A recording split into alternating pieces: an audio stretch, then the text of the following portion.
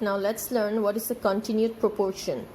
If x is to y have the ratio a is to b and y is to z is equal to b is to c, then x is to y is to z is equal to a is to b is to c. Then it is called a continued ratio. See, x is to y have the ratio a is to b. See, the ratio is x is to y, say. Okay, suppose x is to y can be written as x by y. Okay, that means a is to b can be written as a by b. So, which means x by y have the value, say a is equal to 2 and your b is equal to 3. Okay, say I'm taking an example. Now similarly again see, y is to z. Again y is to z have the ratio b is to c. Okay, now you already know what is your b. See, your b is your 3. We already got this 3. And your c is suppose 5. Now you see here. Okay, that is your x by y. Sorry, your x is to y have the ratio 2 is to 3. Okay, now your y is to z have the ratio 3 is to 5. Now according to the question, then we can say x is to y is to z is equal to a is to b is to c.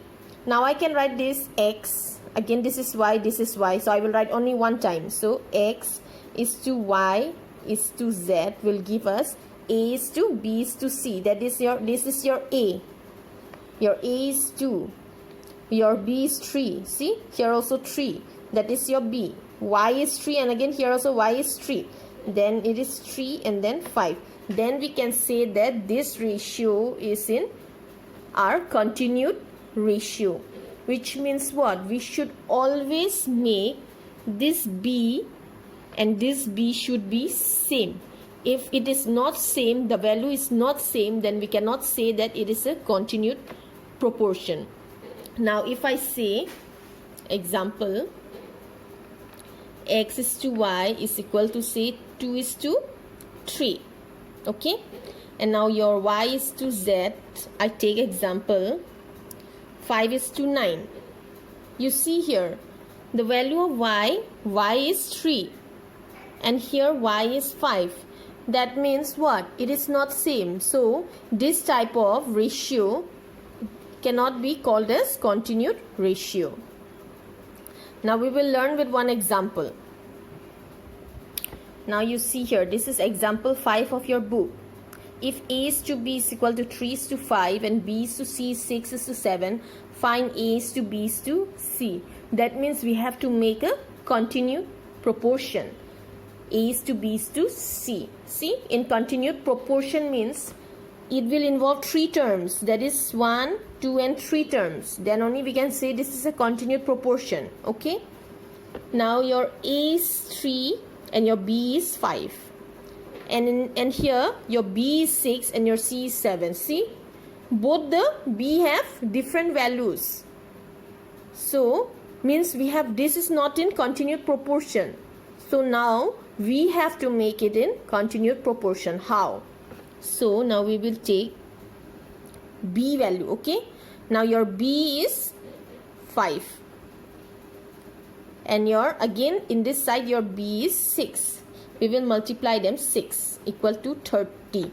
That means b value we have to make it 30. Then only in both the case we have to make it 30.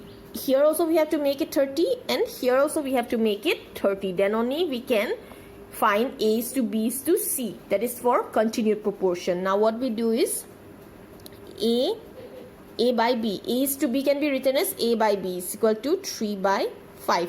Now we have to make b 30. Okay. Now by what we are going to multiply such that we will get in the denominator 30. That is, we will multiply with 6. See, 6. We will multiply with 6.